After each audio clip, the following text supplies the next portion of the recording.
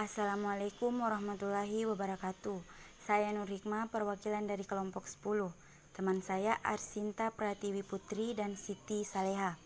Kali ini saya akan memaparkan hasil kerja kelompok kami, yaitu definisi, kelebihan dan kelemahan pendekatan konseling. Definisi pendekatan psikoanalisis.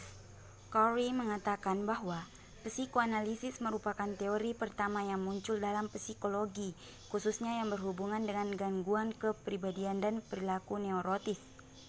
Psikoanalisis diciptakan oleh Sigmund Freud pada tahun 1986. Ia mengemukakan pandangannya bahwa struktur kejiwaan manusia sebagian besar terdiri dari alam ketidaksadaran, sedangkan alam kesadarannya dapat diumpamakan puncak gunung es yang muncul di tengah laut. Sebagian besar gunung es yang terbenam itu diibaratkan alam ketidaksadaran manusia. Pada kemunculannya, teori Freud ini banyak mengundang kontroversi, eksplorasi, penelitian yang dijadikan landasan berpijak bagi aliran lain yang muncul kemudian. Menurut Wallace, pengertian psikoanalisis meliputi 3 aspek penting, yaitu: pertama, sebagai metode penelitian proses-proses psikis. Kedua, teknik untuk mengobati gangguan-gangguan psikis. Dan ketiga, sebagai teori kepribadian. Kelebihan dan kelemahan pendekatan psikoanalisis. Kelebihannya yaitu: pertama, membantu untuk menjadikan individu percaya akan kemampuannya dirinya yang selama ini tidak disadari dengan baik. Kedua, mampu menggabungkan teknik-teknik dalam psikoterapi dengan teori psikologi kepribadian. Ketiga, dapat memahami kehidupan psikologi seorang individu dan memahami lebih dalam mengenai sifat manusia. Keempat, membantu mengatasi kecemasan melalui analisa terhadap mimpi, resistensi, dan transferensi. Kelima, konselor dapat memiliki kerangka konseptual yang jelas dalam memahami tingkah laku dan mengetahui fungsi dari simptomatologi. Kelemahannya yaitu yang pertama, teknik dan penekanan yang dilakukan terkadang merendahkan martabat manusia meskipun tidak selalu disadari dengan baik. Kedua, terlalu menekankan pada masa lalu sehingga seolah-olah tanggung jawab individu menjadi berkurang meskipun maksudnya tidak demikian. Ketiga, perilaku seseorang ditentukan oleh energi psikis adalah teori yang masih meragukan dan kerap kali psikoanalisis meminimalkan rasional. Keempat, dapat menimbulkan kebosanan dan kelelahan pada pasien karena proses yang cukup panjang dan tidak segera menemukan keinginan yang diharapkan. Definisi pendekatan eksistensial humanistis. Pendekatan eksistensial humanistis pada hakikatnya mempercayai bahwa individu memiliki potensi untuk secara aktif memilih dan membuat keputusan bagi dirinya sendiri dan lingkungannya.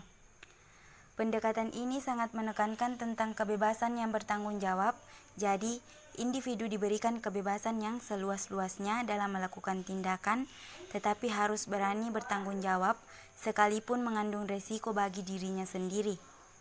Pendekatan ini bukanlah suatu aliran terapi, dan bukan pula suatu teori tunggal yang sistematika.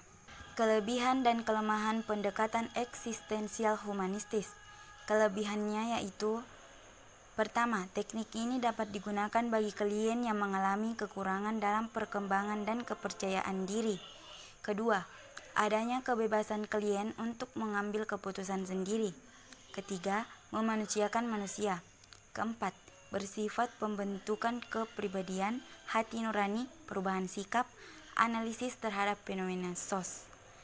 Dan terakhir, pendekatan terapi eksistensial lebih cocok digunakan pada perkembangan klien seperti masalah karir, kegagalan dalam perkawinan, pengucilan dalam pergaulan, ataupun masa transisi dalam perkembangan dari remaja menjadi dewasa.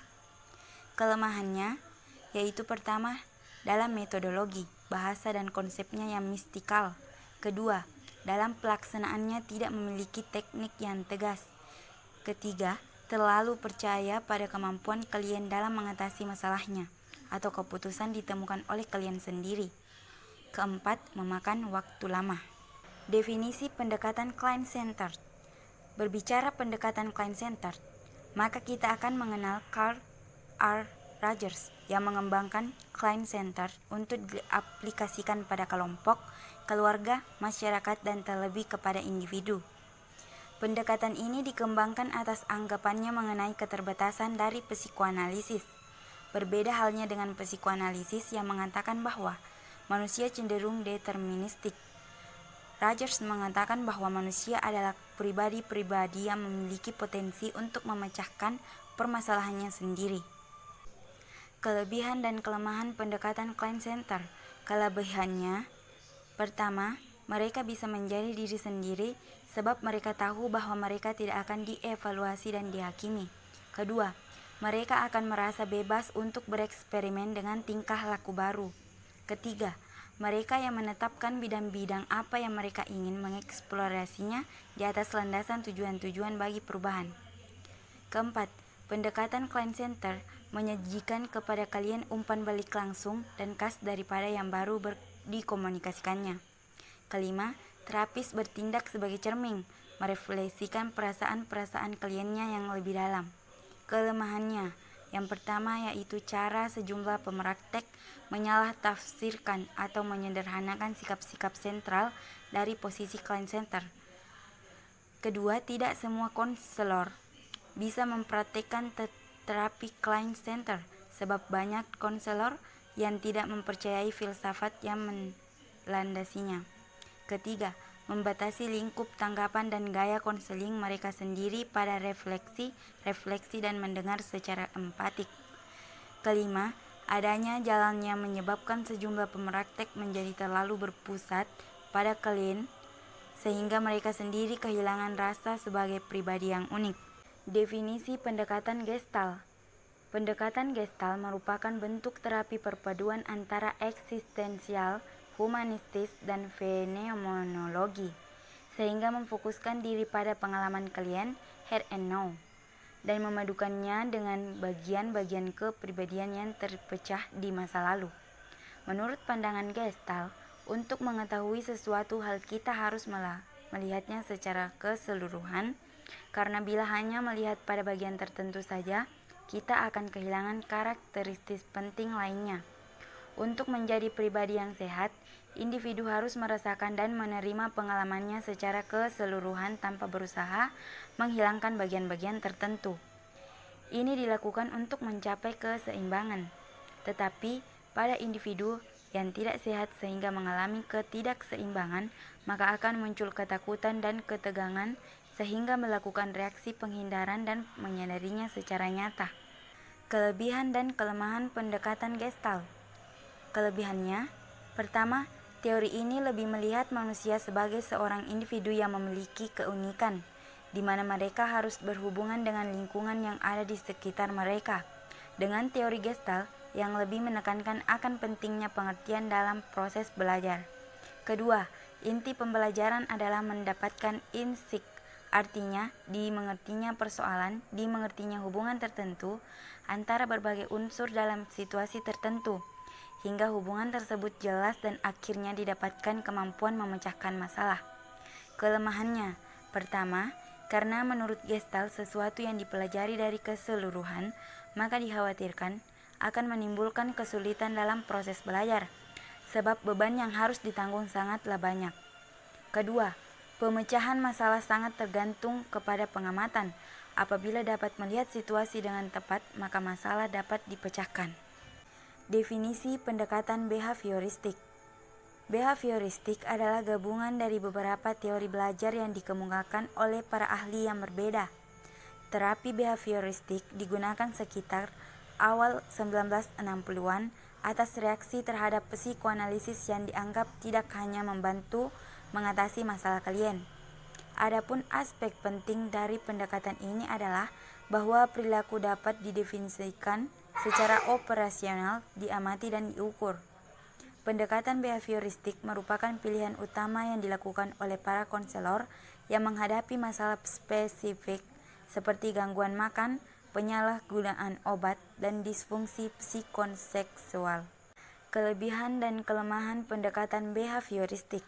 Kelebihannya, pertama, sangat cocok untuk memperoleh kemampuan yang membutuhkan praktek dan pembiasaan yang mengandung unsur-unsur seperti kecepatan, spontanitas, kelenturan, refleks, dan daya tahan. Kedua, mampu mengarahkan siswa untuk berpikir linear, konvergen, tidak kreatif, dan tidak produktif. Ketiga, membawa siswa menuju atau mencapai target tertentu, sehingga menjadikan peserta didik untuk bisa bebas bereaksi dan berimajinasi. Kelemahannya, pertama, pembelajaran siswa yang berpusat pada guru, bersifat meanistik, dan hanya berorientasi pada hasil yang diamati dan diukur. Kedua, murid hanya mendengarkan dengan tertib penjelasan guru dan menghafalkan apa yang didengar dan dipandang sebagai cara belajar yang efektif. Ketiga, tidak mampu menjelaskan situasi belajar yang kompleks, sebab banyak variabel atau hal-hal yang berkaitan dengan pendidikan atau belajar yang dapat diubah menjadi sekedar hubungan stimulus dan respon. Sekian dari saya, lebih dan kurangnya mohon dimaafkan. Wabillahi taufiq wal hidayah. Wassalamualaikum warahmatullahi wabarakatuh. Sekian dari saya, lebih dan kurangnya mohon dimaafkan. Wabillahi taufiq wal hidayah. Wassalamualaikum warahmatullahi wabarakatuh.